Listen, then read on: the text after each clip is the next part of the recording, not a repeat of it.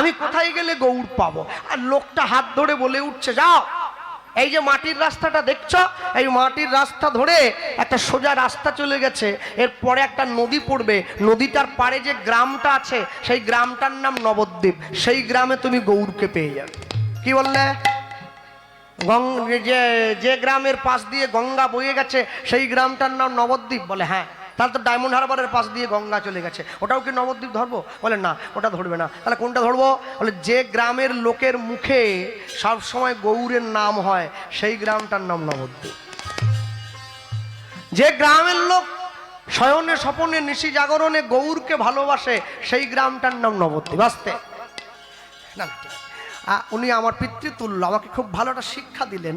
এখানে একটা কথা মনে পড়ে, আপনার কথাটা শুনে আমার বাবা আমাকে বলতেন, জানিস কৃষ্ণ, যে মুখে হরি নাম হয়, যে মুখে কৃষ্ণ নাম হয়, যে মুখে ভগবানের নাম হয়, সেই মুখ যদি বিড়ি তিরঙ্গা তামাক গুটকা সিগারেট শিখর বিমল কাটা খৈনি খায়, ওকে মুখ বলেনি, ওকে বলে ভাগাড়।